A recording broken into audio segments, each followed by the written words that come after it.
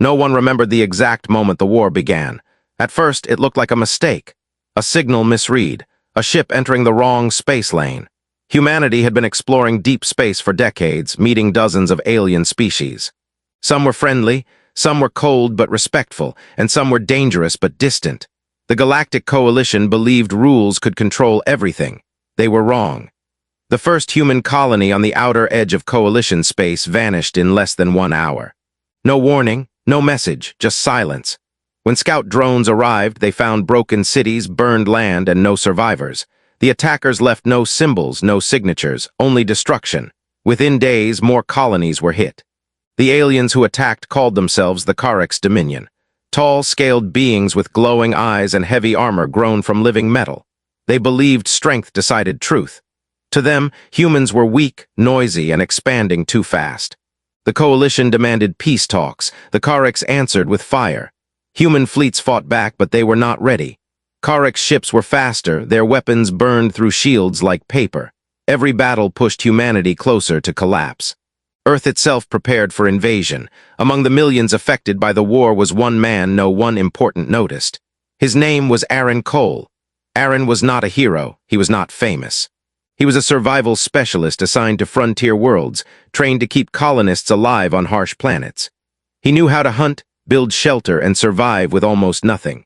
But in war councils and strategy rooms, his name meant nothing. That changed during the disaster at Vega 9. Vega 9 was not a colony. It was a supply world, a jungle planet with dangerous wildlife and heavy storms. Humans used it only for resources. When the Karex fleet arrived, there was no defense force, only workers and a small security team. Aaron was there on rotation. The evacuation went wrong. Karex ground troops dropped into the jungle, hunting humans like animals. Aaron helped guide survivors toward the evacuation ships, using his knowledge of the terrain. He fought when needed, killed when cornered, and kept moving. But the last ship never made it. A Karex cruiser destroyed it in orbit. Captured humans were gathered into cages. The Karex commander studied them with cold interest. They did not execute the prisoners. That would be too simple. Instead, they made an example. The Karex believed in exile. If a species claimed a world, then the weak should be thrown into death to prove they deserved to exist. They chose a planet far beyond Coalition space. A world even the Karex avoided. They called it Drathos, a living hell of endless jungle, massive predators, toxic air pockets, and creatures that hunted in silence. No cities, no rescue, no escape. The humans were loaded onto a transport ship, stripped of weapons, and told nothing. The journey lasted weeks. Many did not survive the trip. When the ship finally stopped, the doors opened to green darkness.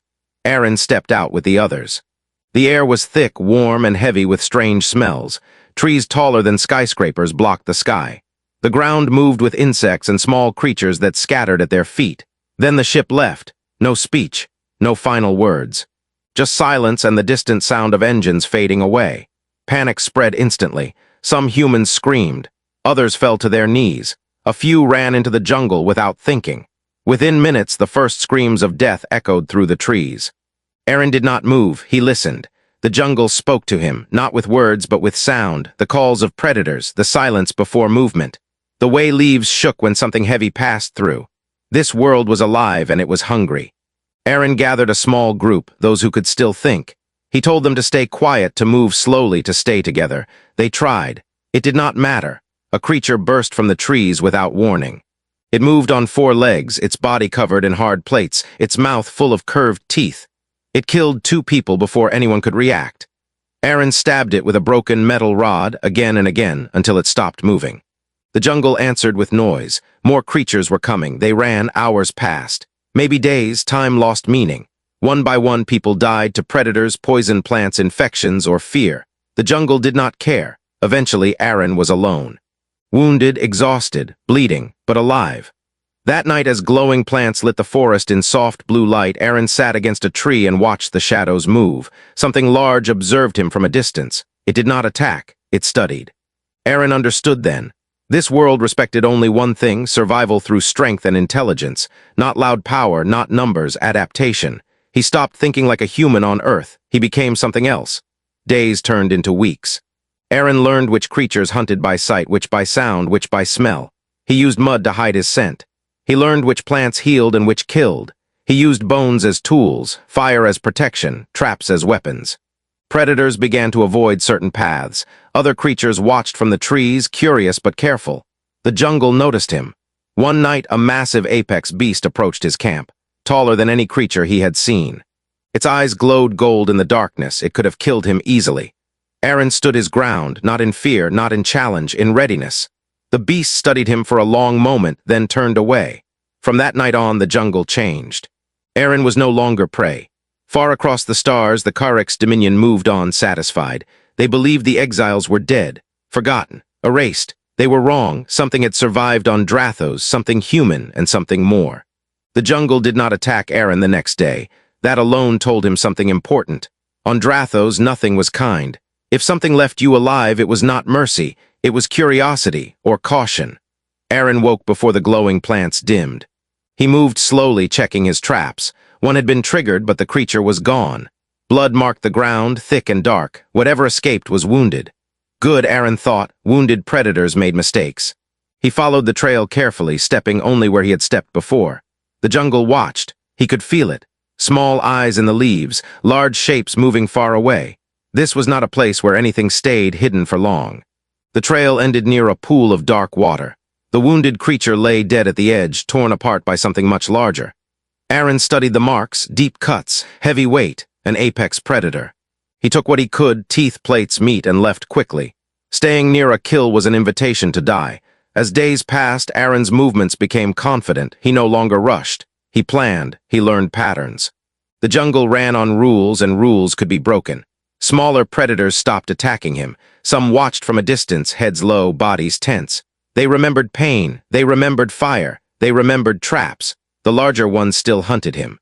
One evening, while crossing a narrow ridge, Aaron heard the sound, slow, heavy breathing. Not hidden, not rushed.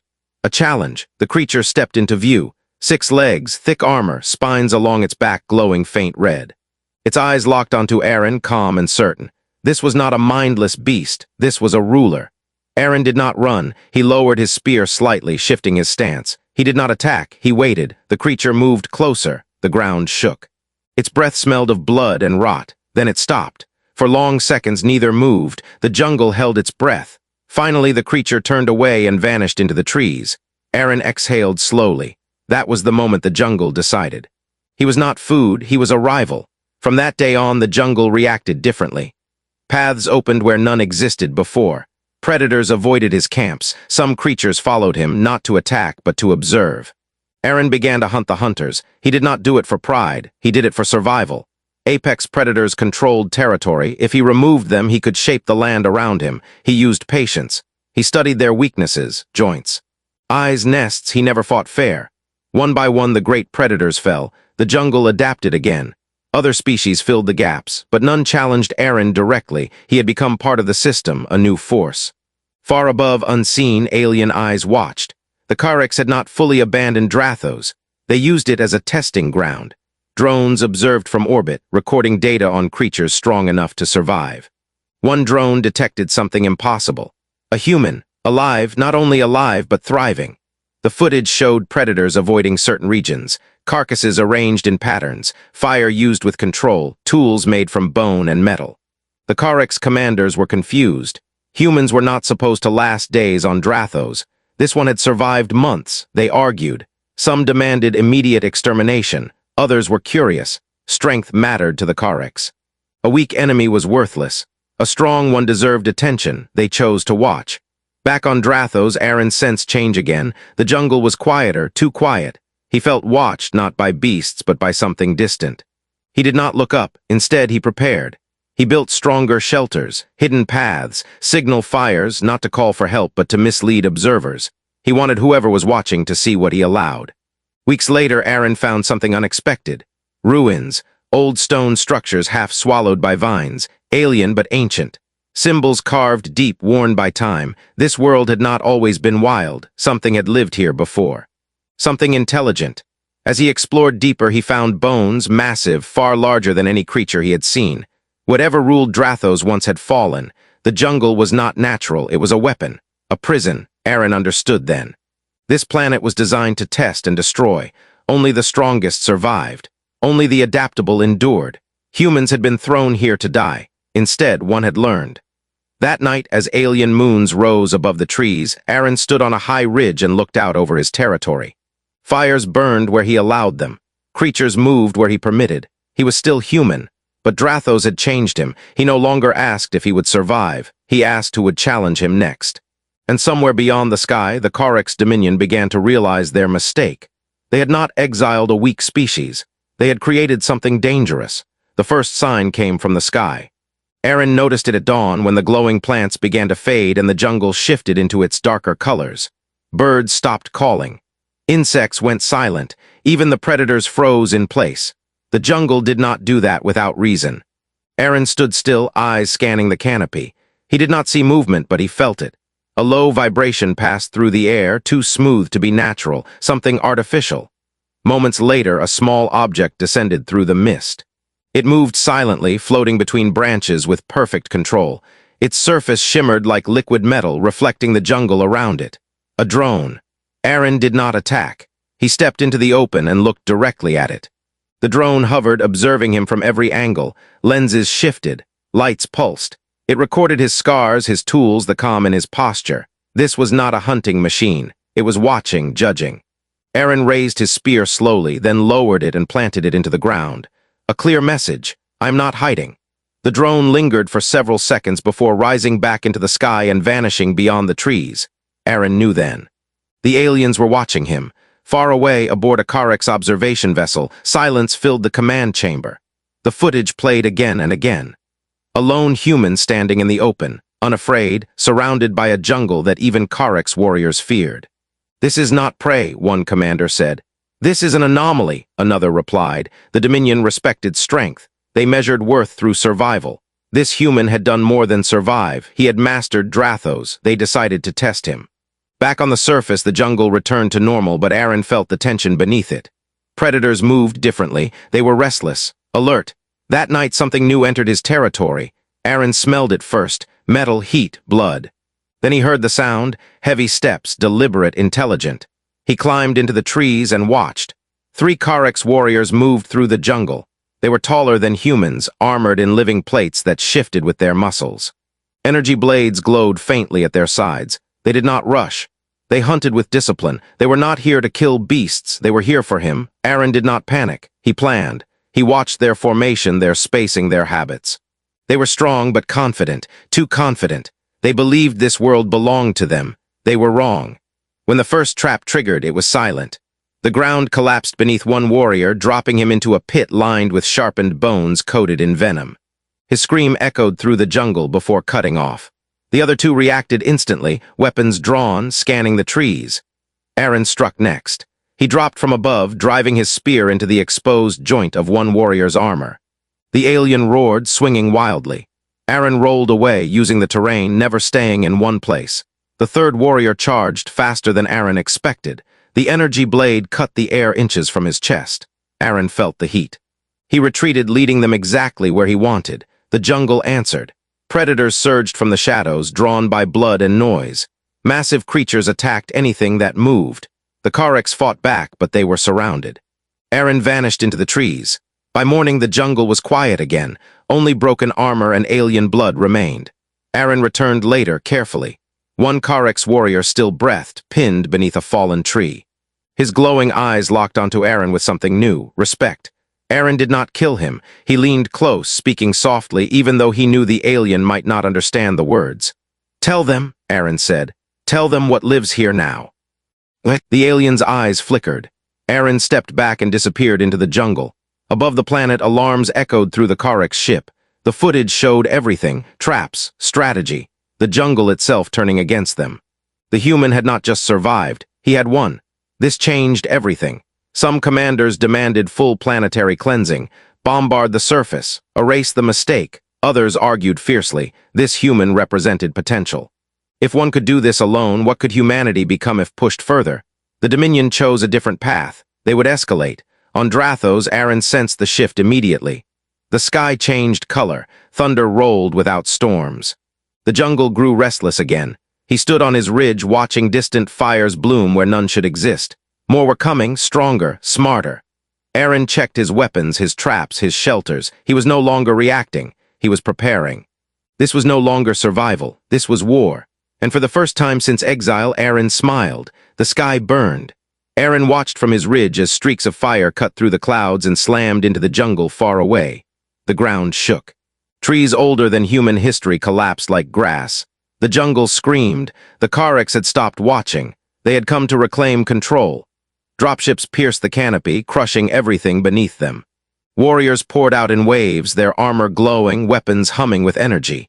They moved with confidence, spreading out, marking territory. Aaron disappeared before they reached his land.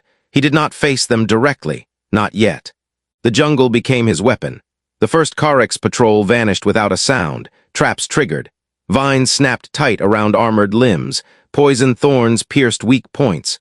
Predators attacked from hidden paths Aaron had shaped over months. The Kariks adapted quickly. Drones scanned ahead. Energy fire cleared paths. They moved in larger groups now. Aaron adapted faster. He led them into dead zones, areas where sound echoed, where scent carried wrong, where the jungle itself turned hostile. Explosive spores ignited when hit by plasma fire.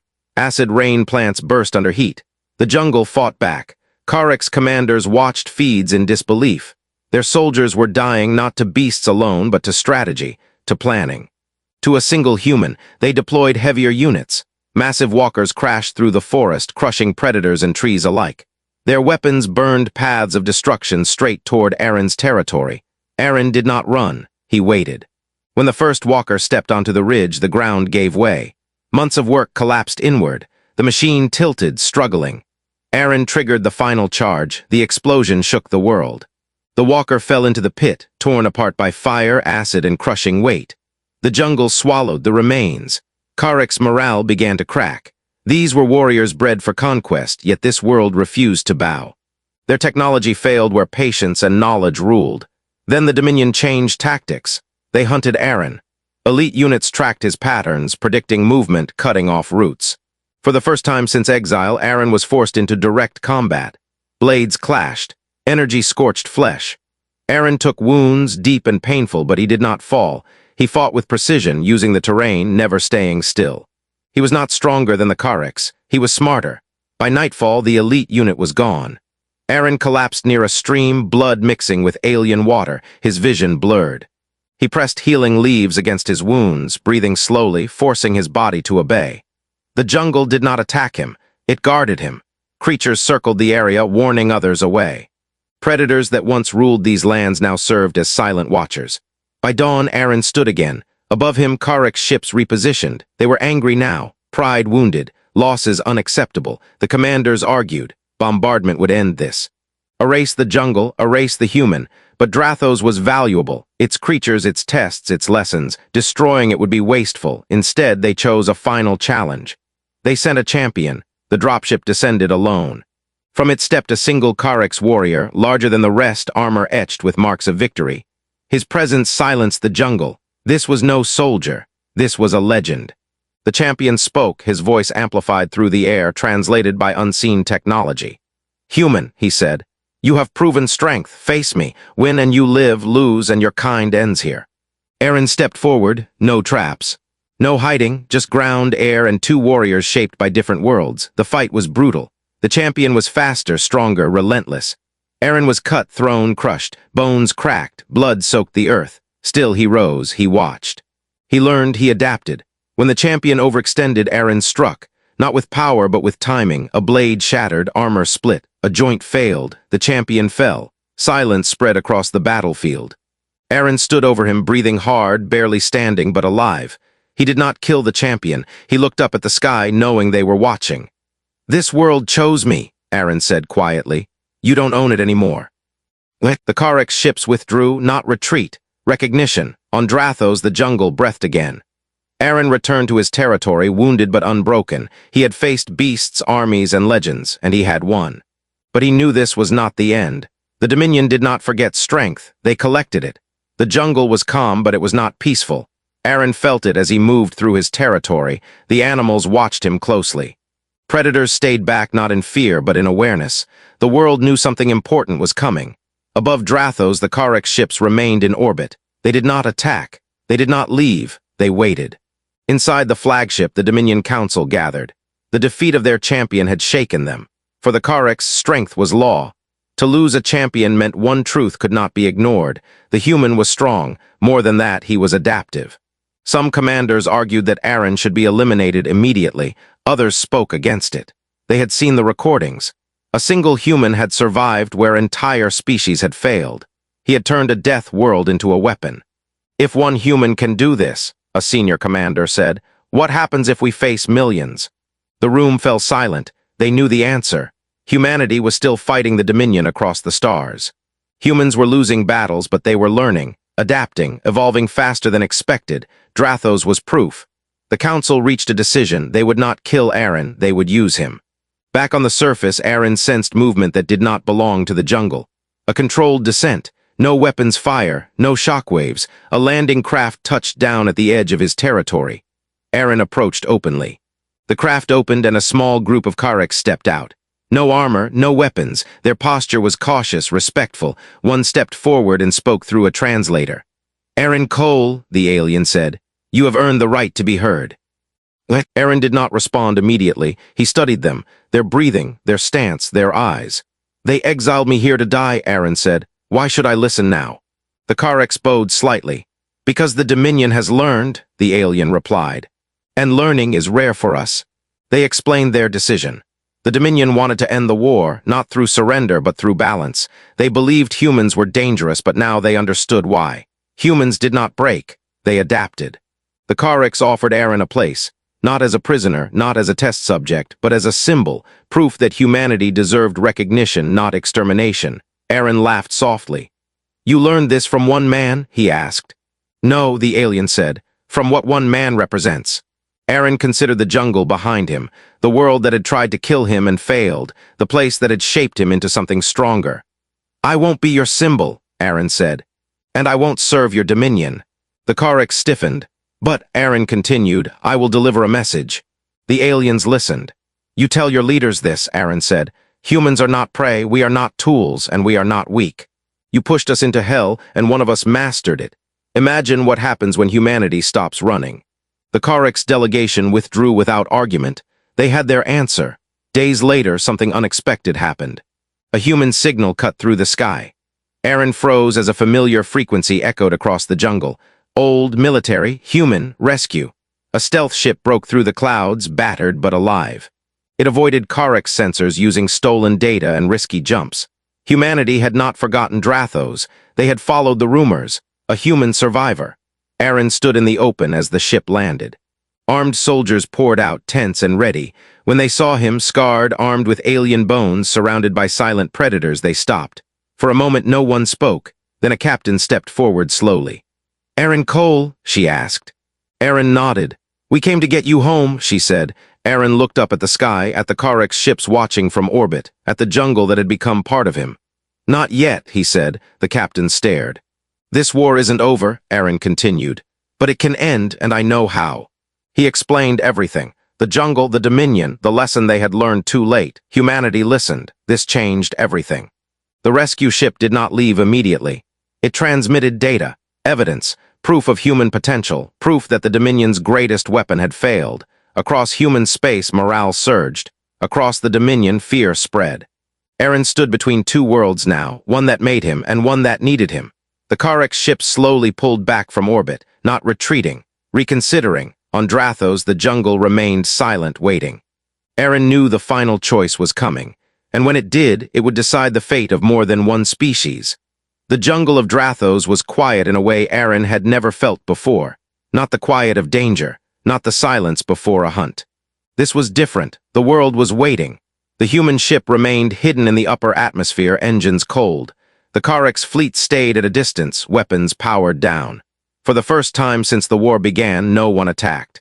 Aaron stood on the ridge where he had first claimed this land. Scars marked his body, but his posture was calm. He was no longer just a survivor. He was proof. A single Kareks vessel descended slowly, landing in the open valley below. No soldiers followed. No weapons fired. One figure stepped out. The Dominion High Commander. Larger than any Kareks Aaron had seen, his armor carried no weapons, only symbols of authority. He walked alone toward Aaron, each step careful, respectful. I have come to end this, the commander said. Aaron did not move. You started it, Aaron replied, by thinking humans were weak. The commander lowered his head slightly. For the Kariks, this was rare. We believed strength was domination, the alien said. You showed us something else. He gestured toward the jungle. This world was designed to break species. You did not conquer it by force, you learned it. You adapted to it, you became part of it. Aaron listened. The Dominion now understands, the commander continued. Humanity does not collapse under pressure, humanity transforms. Silence stretched between them. What do you want? Aaron asked. Peace, the commander said. Not because we fear your weapons, because we fear what you become when pushed. Aaron looked toward the sky where human ships waited, toward the jungle where predators watched silently. 2 worlds. One choice, you don't get peace by asking after burning worlds, Aaron said. You get it by changing. The commander nodded. The Kariks' dominion would withdraw from human space. All occupied systems would be returned. No more testing worlds, no more exile planets. The war would end not with surrender but with recognition. In return, the commander said, we ask that Drathos remain untouched. Let it stand as a reminder. Aaron considered this. Drathos was not a prison anymore, it was a lesson. Agreed, Aaron said. The commander bowed deeply. Across the sky, signals flashed. Karik ships changed course. Human fleets received confirmation. The war that had consumed systems ended without another shot. Weeks later, Aaron finally left Drathos. The jungle did not stop him. Predators watched as he walked to the landing site. Some followed at a distance. Others remained still. The world had accepted him and released him. As the human ship rose into orbit, Aaron looked down one last time. He did not feel loss. He felt completion. On Earth, Aaron became something no one expected. Not a soldier. Not a weapon, a teacher. He trained survival units, frontier explorers, diplomats who faced hostile worlds. He taught one lesson above all others. Humans don't dominate by destroying, he said. We dominate by adapting. Years passed. Humanity expanded again, but slower, wiser.